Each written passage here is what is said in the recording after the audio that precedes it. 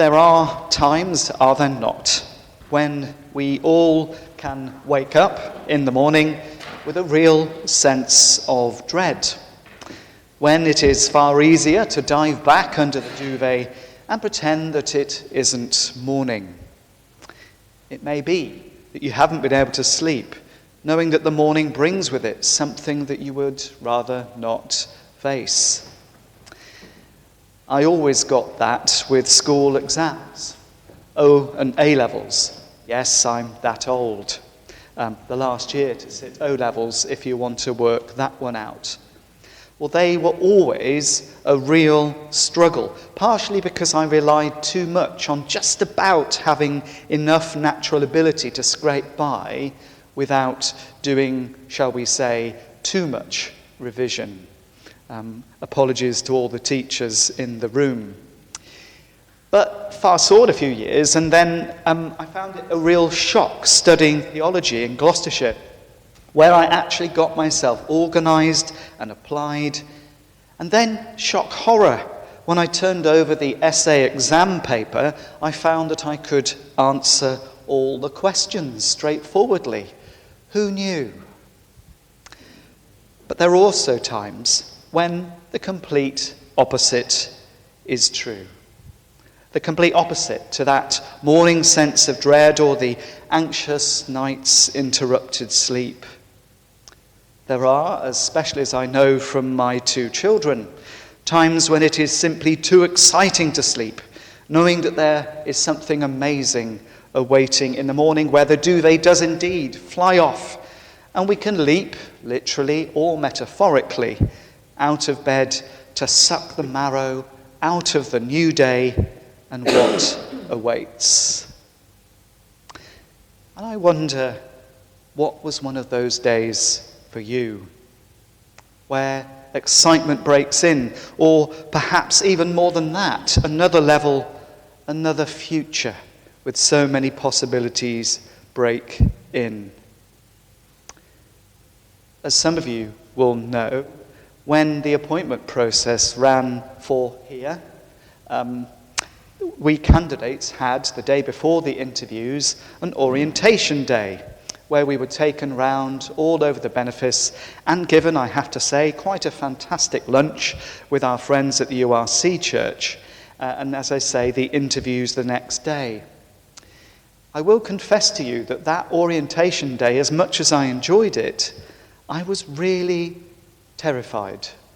I was really quite uncomfortable and quite discombobulated. And yes, I did have to use the spell checker for that one. But I was really quite unsettled and quite nervous, absolutely. And so then went home to Melbourne at the time, went to bed, and I did sleep. And I remember waking up still feeling, despite a lot of prayer, quite anxious. I drove to St Michael's, Willington, and parked outside. Me having been born 6.5 weeks early, I got there far too early, so I went back round the corner and did some more praying. And at the end of that, I just thought to myself, right, here we go. I'm just going to do this. I'm going to step into what awaits me and bring it on. And it's kind of like the quote from a former UN secretary who simply said, "For all that has been, thanks. For all that will be, yes." I must admit I was quite worried that morning in case the bribery checks hadn't cleared to the panel, but they appeared to have done, and it was an amazing process, stepping in to God's future, whichever way it was going to go. But we see Jesus this morning, firstly in Luke's Gospel, talking truth to power, upsetting the maniac puppet king Herod. And if you ever read about him, he was just awful, really awful. And in so doing, Jesus was very firmly making a rod, or shall we say, a cross for his own back. But there's a lot more to this passage than just that. I think that what Jesus is really doing in that passage is focusing on the openness to life, which is his call in each of our lives, and what the whole gospel is really about. I came that they may have life and have it abundantly, Jesus said. It's why he set his face to go to Jerusalem, Luke 9:51. It's why there are so many stories of Jesus healing the blind and the deaf. He's opening eyes and ears to the promise, to the future, to the coming of life and life abundant.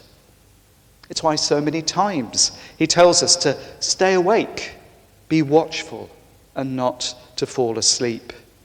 He tells us to keep open to the future, to our coming life. And that's what Jerusalem in today's gospel has seemingly failed to do. As we heard Jesus say, Jerusalem historically has stoned the prophets sent before Jesus, sent to proclaim the radical, transforming nature of God's love and the new future he wants to make real.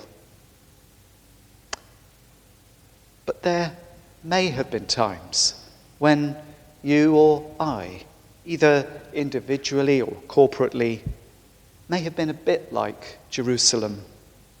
I hope not stoning anyone, no, but perhaps either being forgetful of or not really open to the amazing future that God wants to make real in us.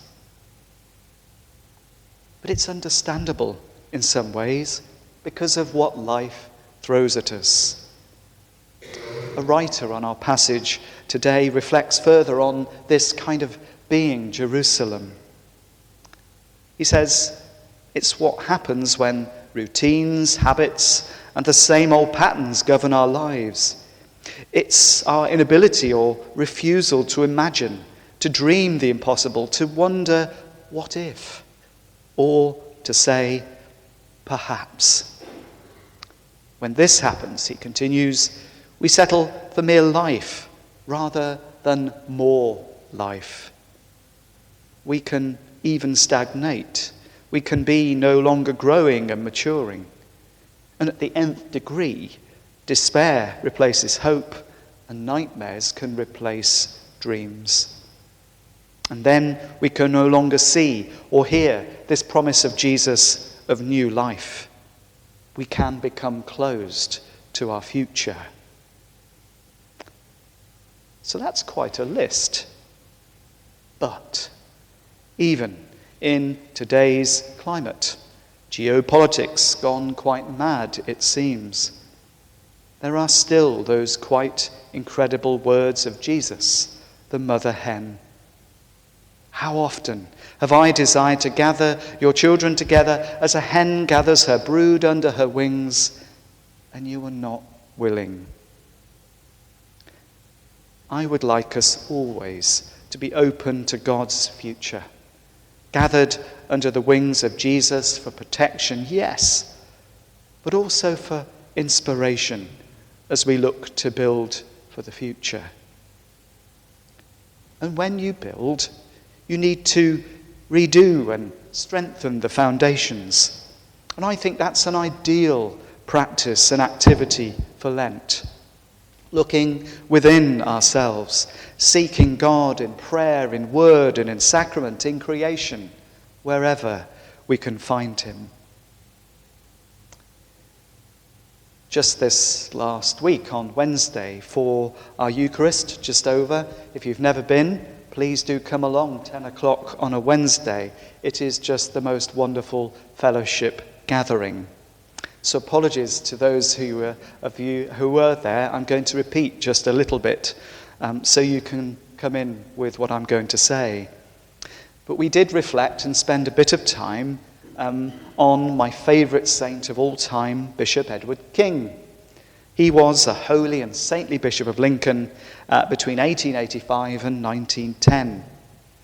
But I mentioned that when he was a curate of Wheatley, a village in just near Oxford and just below the holy hill that Cuddesdon Theological College sits on. And Edward King got together his congregation and posed the question, what do we need to do to serve our people? What do we need to do to be kind of mission in action? He might not have used those words, but the intent was the same. And the answer that they came to, sitting there in Wheatley, was they needed to dig sewers. So they rearranged, they went out, rolled up their sleeves, and I dare say with a bit of help, they went and dug sewers. That was a real mission action plan, if ever there was one. So I think Edward King might just ask us, what sewers might God be asking us to dig?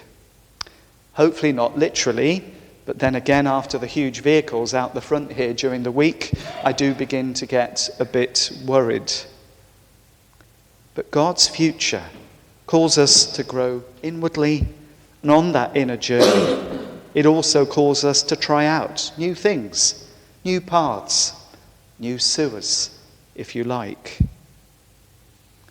And in the midst of all of that, another bishop, Bishop Philip North, the bishop of, he was the Bishop of Burnley and he's now the Bishop of Blackburn, if I've got my diocese right.